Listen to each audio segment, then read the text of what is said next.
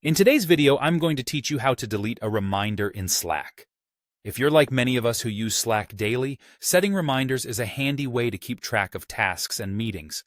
Occasionally, though, you'll find yourself needing to delete reminders that are no longer useful or perhaps were set by mistake. Today, we'll guide you step by step through this straightforward process, so let's get started. First, you'll want to make your way over to Slack.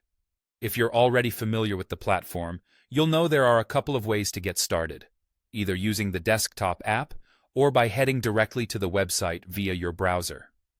Either method works just fine, so feel free to use whichever is more convenient for you.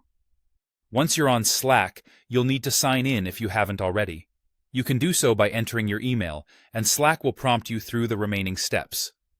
Alternatively, if you find it easier, you can also log in using your Google or Apple account, which is a nice, quick option. Next, after you're signed in, you'll be directed to your Slack homepage. Here, all your workspaces will be listed if you're a part of more than one. Go ahead and select the particular workspace where you set up the reminder you'd like to remove.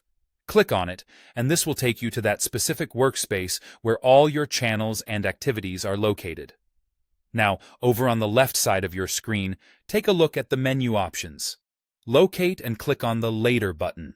This section is where you'll find all your upcoming activities and reminders organized for your convenience.